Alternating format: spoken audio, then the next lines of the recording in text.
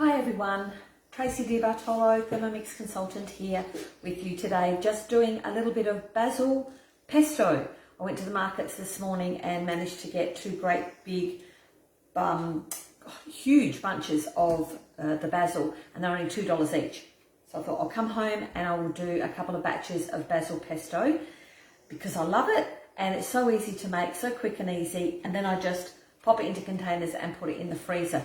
But more on that at a later date. So basil pesto, it's in your basic cookbook, so no matter whether you have the TM6, which I do, or the TM5, the basil pesto you'll find in your basic cookbook, and of course it's also on Cookie Do. And I use that as the base, but I usually fiddle with the amounts depending on how much basil I've got. So I ended up with quite a bit of basil, so I've done 2 batches. This is my second batch. I'll get started. So start cooking. First thing I do is Parmesan. Now I use a lot of Parmesan, so rather than do separate bits of Parmesan every time I'm about to do a recipe, I usually do it up in batches and then put it into a container like so, pop it in the fridge. We go through a lot of Parmesan, so it's fine. Otherwise, if you don't go through so much, but you still want to do some in advance, just stick it in the freezer because it's fine. You can use it straight out of the freezer as well. Freezer's fine, you don't have to thaw it, just use it. Good, so I've already pre-done one batch and I'm about to do the second batch and then go on with my recipe. The bowl is dirty, you see what I'm saying? So if you're going to do Parmesan, you might as well do some, set it aside, and then start your recipe.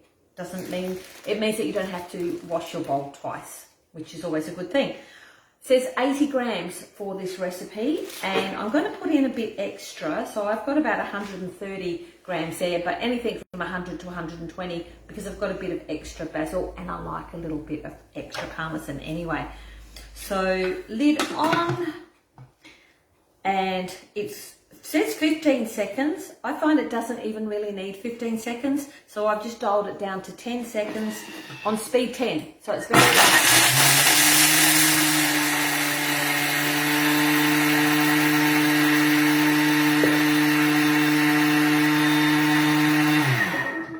excellent. All right. Wait for the lid to come off. I'll give you a quick look at what the Parmesan cheese looks like.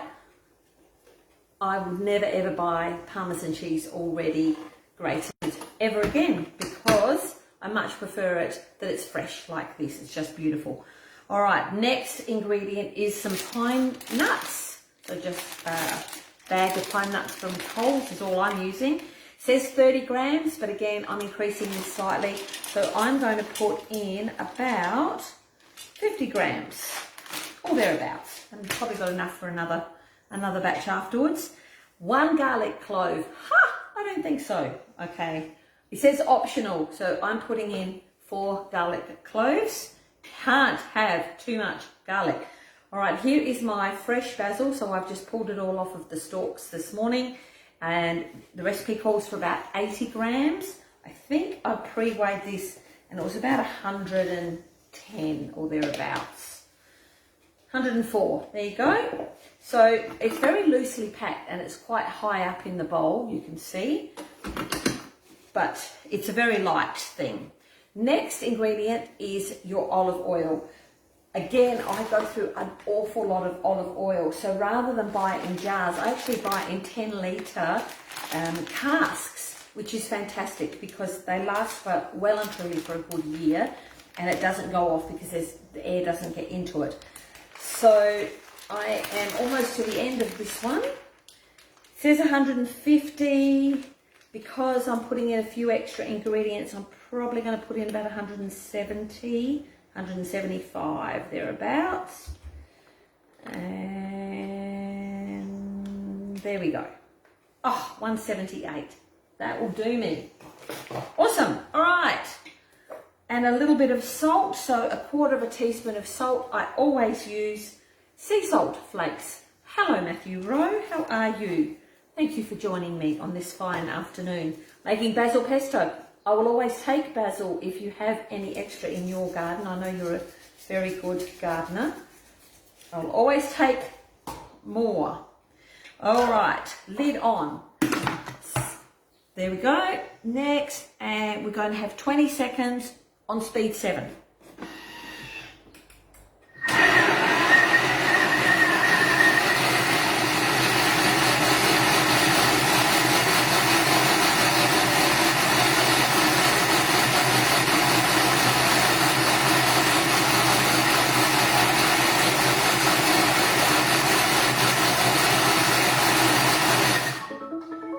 And that's it. It's as simple as that. One of the absolute easiest things that you will make in your Thermomix, and it is spectacular. Look at that. Hopefully you can see that. It's a beautiful, brilliant green colour because freshly picked this morning. I will show you as I bring it out. Now, I tend to use basil pesto with a pasta dish, or there's a chicken and pesto risoni recipe on Cookie Doo that everybody absolutely adores. So what I tend to do is have it runny enough, if you can see that, runny enough that it will fold through at the end of your recipe, so into your pasta or your risoni. If you want to make it as a dip and you'd like to make it maybe a little bit thicker, then just cut down on the amount of the oil that goes into it. All right, so I'm going to pour this out into just one of these little containers like so, and you get a much better idea of the colour. So the 2 batches that I've made today will make me about 3 of these containers. So I've already had one from the other batch that I just made with a little bit left over. I'll top it up with this one, and then I've got that. So then lid on, label it, basil pesto and the date, pop it in your freezer, freezes perfectly, and then when you're ready to just have a really simple dinner, like just make your pasta and then fold your pesto through it, it's absolutely adorable. Or look up the chicken and pesto risoni recipe. In that Cookie Doo recipe, it actually gets you to make the pesto first, but you can just skip that step because I just pull it out of the freezer, go on with the rest of the recipe, and then fold the pesto through at the end. And that's it for today. Thank you for joining me. Go and make some beautiful basil pesto. It is glorious, especially this time of the year when it's so abundant. Okay, thanks everybody. Bye.